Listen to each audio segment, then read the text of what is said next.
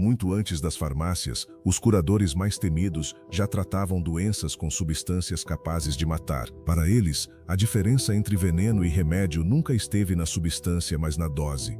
Essa ideia parece moderna, mas nasceu da observação paciente de corpos, febres, dores e sobrevivências improváveis. Em diferentes civilizações, o medo do veneno não impediu seu uso médico. Na verdade, foi exatamente o contrário. Quanto mais perigosa era uma substância, maior parecia seu poder de interromper uma dor extrema. No Egito Antigo, papiros registravam misturas de ópio, minerais e extratos vegetais para aliviar sofrimento intenso. Ali, sedar a dor já era uma arte perigosa, porque aliviar demais podia significar não voltar.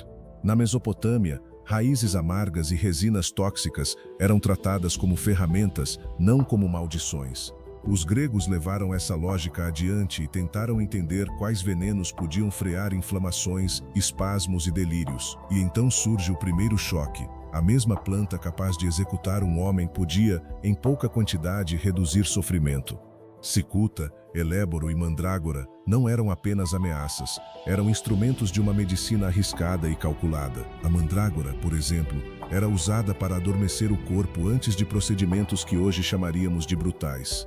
Sem anestesia moderna, um sedativo tóxico podia ser a única fronteira entre tratamento e tortura. Na Índia antiga, certos textos descreviam venenos neutralizados por preparo longo, lavagem, calor e combinação precisa. O objetivo não era eliminar totalmente o perigo, mas domar sua força até transformá-la em cura. Na China antiga, minerais perigosos e compostos agressivos também entraram em preparações destinadas a restaurar equilíbrio interno.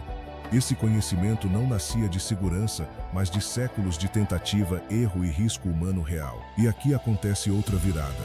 Muitos remédios nasceram não apesar do envenenamento, mas por causa dele. Ao perceber o que uma toxina causava, os antigos entendiam também o que ela poderia bloquear. Se uma planta paralisava demais, talvez em menor quantidade pudesse conter espasmos. Se queimava, talvez pudesse secar infecções. Era um raciocínio brutal, mas surpreendentemente lógico dentro do mundo que eles tinham. Alguns usavam venenos para provocar vômito, suor, sono profundo ou purgação, acreditando expulsar o mal do corpo. Outros aplicavam substâncias tóxicas sobre a pele, tentando conter parasitas, feridas e inflamações resistentes. O conhecimento verdadeiro não estava só no ingrediente, mas no preparo, no tempo e no modo de administrar. Uma raiz colhida cedo demais podia falhar, um mineral aquecido além do ponto podia se tornar fatal. Por isso, os maiores curadores eram também observadores obsessivos do clima, da estação e da origem de cada matéria. Nem todo mundo podia tocar nesses compostos. Em muitos lugares, seu uso era reservado a mãos treinadas. Isso transformava a medicina tóxica em conhecimento valioso, secreto e às vezes quase sagrado. Mas a verdade menos romântica é que muitos desses tratamentos também falharam e alguns mataram exatamente como prometiam curar. A história preservou os sucessos, mas o preço real desse saber foi pago por incontáveis corpos anônimos. Ainda assim, foi dessa fronteira perigosa que surgiu uma ideia revolucionária. Até o que mata pode curar, se for compreendido.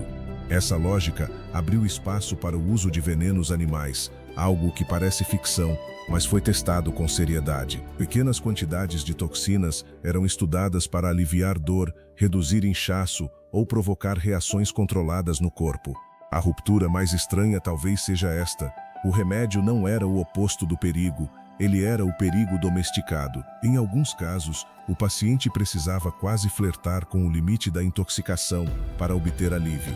Não por imprudência, mas porque eles já suspeitavam que a eficácia morava justamente na fronteira. Foi assim que nasceu uma disciplina silenciosa: medir, observar, reduzir, esperar e ajustar de novo. Séculos depois, reis e nobres também se interessaram por essa lógica e tentaram se tornar resistentes a toxinas. A ideia era simples e perturbadora: acostumar o corpo ao veneno antes que o veneno chegasse em força total. Nem sempre funcionava, mas revela até onde os antigos estavam dispostos a ir para controlar o invisível. Esse conhecimento viajava por rotas comerciais, templos, cortes e escolas, mudando de forma a cada cultura. No caminho, muita coisa se perdeu, muita coisa se distorceu, e parte desse saber virou superstição ou medo, mas o princípio central sobreviveu ao tempo, porque ele é quase impossível de apagar. Não existe substância puramente boa ou puramente má quando entra em contato com o corpo humano. O que decide tudo é a relação entre potência, preparo, contexto, dose e vulnerabilidade de quem recebe. Talvez por isso a medicina antiga pareça tão assustadora e ao mesmo tempo tão estranhamente avançada. Porque no fundo, aqueles curadores já sabiam algo que ainda continua verdadeiro. A cura raramente nasce do conforto.